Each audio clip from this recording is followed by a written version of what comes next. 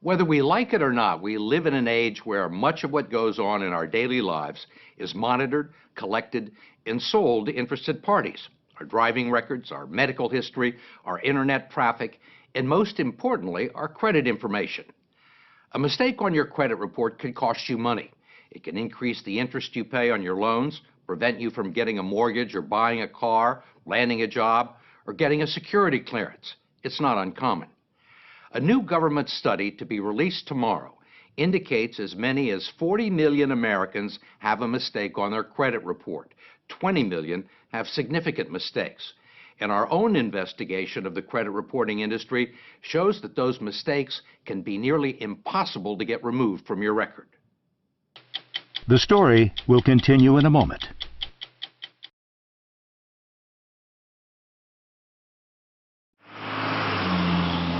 Consumer credit reporting is a $4 billion a year industry dominated by three large companies, Experian, TransUnion, and Equifax. They keep files on 200 million Americans and traffic in our financial reputations. They make their money gathering information from people we do business with and selling it to banks, merchants, insurance companies, and employers, and they use it to make judgments about our creditworthiness and reliability. But now the reliability of the industry is being questioned in an 8-year Federal Trade Commission study to be released tomorrow. John Leibowitz is the chairman. Here's what we found. Some pretty troubling information. 1 out of 5 Americans has an error on their credit report. And 1 out of 10 has an error on their credit report that might lower their credit score. I'm trying to think of another industry where a 20% error rate would be acceptable. That's a pretty high error rate.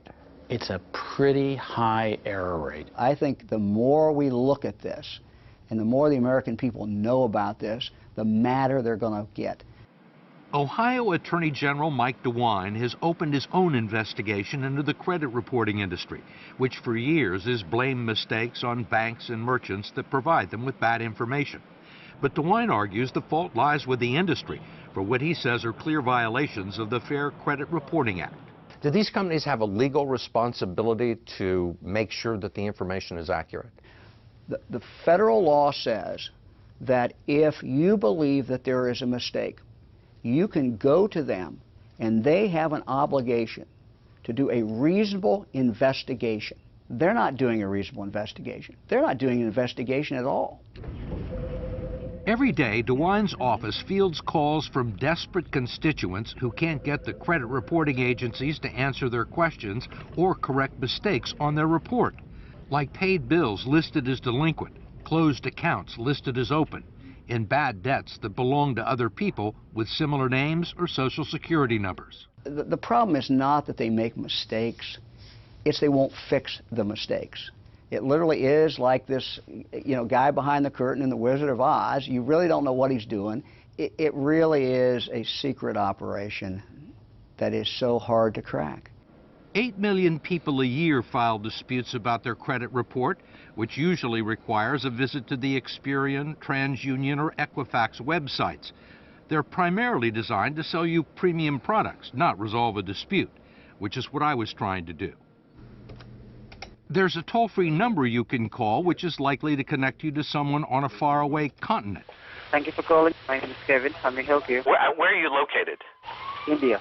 India? But regardless of where they are or who you talk to, they won't be much help. Okay, so really, you can't do anything for me. I've just been talking to you for 15 minutes. I mean, the only thing you can do is to tell me to fill it out online. Yes, Mr. Kroft. Okay, thank you. Besides the toll-free number, they also give you a post office box address where you can send a letter and documents supporting your claim. In each case, it's extremely unlikely that anyone with the authority to resolve your dispute will ever actually see it. Ask Sandra Cortez, a California accountant whose credit report confused her with an international drug trafficker. It took her 5 years to get it fixed. Or David Smith, the retired Army officer whose credit report listed a bankruptcy that wasn't his and triggered a foreclosure proceeding against his house in South Carolina. He's still dealing with the fallout.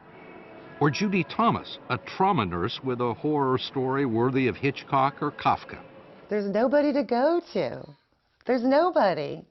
You just keep making phone calls and you just keep writing disputes and you keep sending them your social security number and they don't care. Thomas, who manages 2 medical centers near Cleveland, says it all began in 1999 when she went shopping for a new dress and applied for a store credit card to get a 15% discount. She was denied. Was that the first time you'd ever been denied credit? Yes, very first time. Ever? Ever. Ever. But certainly not the last. It became a regular occurrence. The personal credit reports she got from Experian, TransUnion, and Equifax were all clean and without blemish. Yet she kept getting rejected and couldn't find out why. I would get a consumer report and it would look fine. I would go to the bank and they would tell me, oh no, you have all this debt. But no one would tell me what was on there. They wouldn't tell you what the debt No. was? And they wouldn't give you a copy of the report No. that they had? No. It took Judy Thomas several years to discover what almost no one knows, that the credit reports the agencies send to you are different than the ones they sell to banks, merchants, and mortgage brokers. And she only found that out when a loan officer left her file on his desk and walked out of the room. And what did you see? I saw debt from Utah Medical Center. I saw debt from a veterinarian clinic in Utah. I saw collections for a Judith Kendall. Judith Kendall, not Judy Thomas. Correct. What's going through your mind? What the hell is she doing on my credit report? What the hell is her debt doing on my credit report? You think this would be very simple to get straightened out? You would think. Yeah, you would think. This is my Judy Thomas versus Judith Kendall file. Instead, it became a 6-year battle with credit agencies, requiring box loads of correspondence to try and prove that she was Judy Thomas, not Judith Kendall, all to no avail. You get a lot of time invested in this. How important are these documents? It's my life.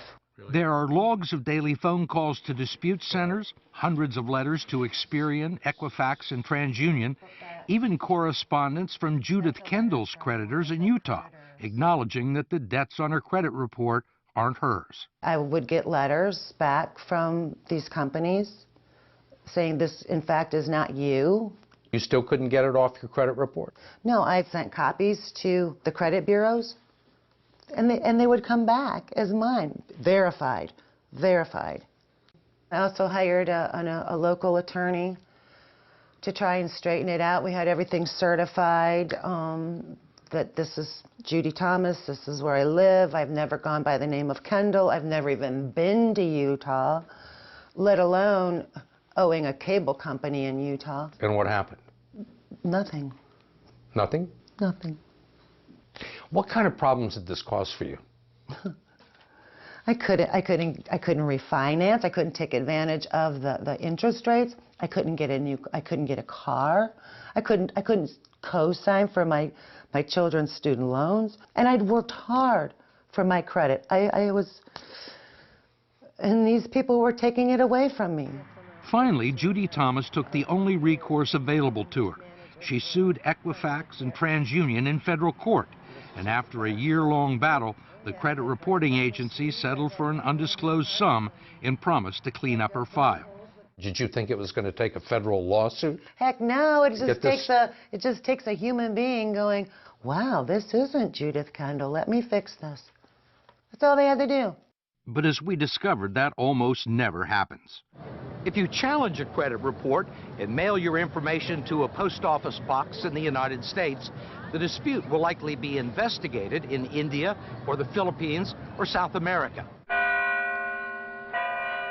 We traveled 5,000 miles to the Chilean capital of Santiago, where we tracked down 3 former Experian employees.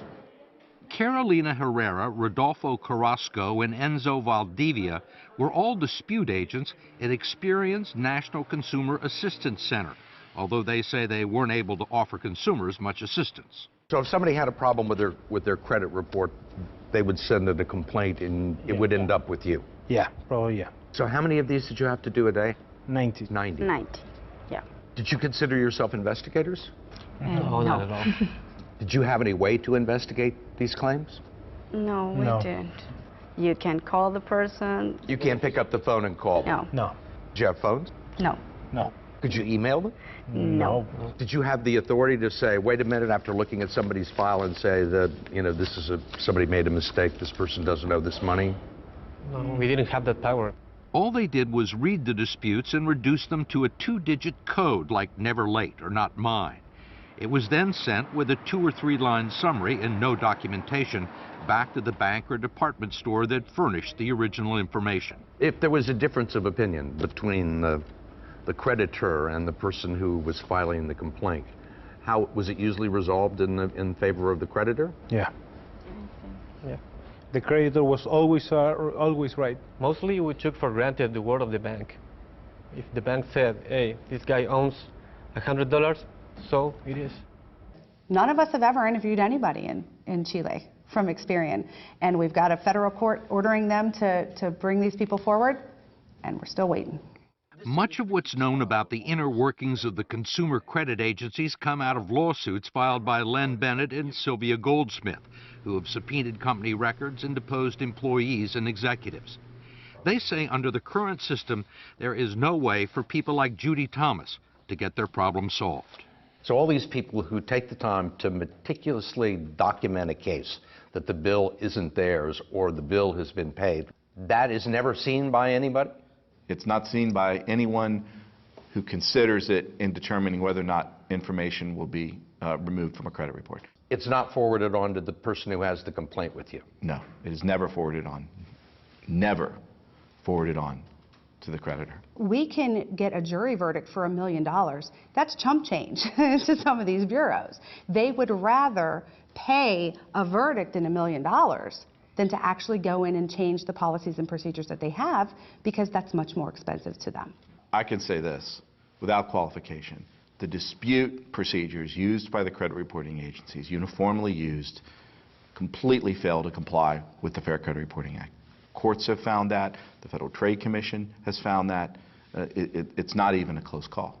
Ohio Attorney General Mike DeWine agreed. I think the industry is a mess, and I think the impact it has on real people is just unconscionable. You think they're breaking the law? I think they're breaking the law. There is no doubt in my mind they are breaking the law. We wanted to talk to Equifax, TransUnion, and Experian, but like most consumers, we were unsuccessful. The agencies referred us to the spokesman for their lobbying group in Washington. He, too, declined our request for an on-camera interview, but did provide a written statement, citing an industry-sponsored survey that showed 95% of its customers were satisfied with the dispute process. The industry maintains it's in compliance with federal law. Go to 60minutesovertime.com to find out what you can do if you think there's a mistake on your credit report. Sponsored by Lyrica.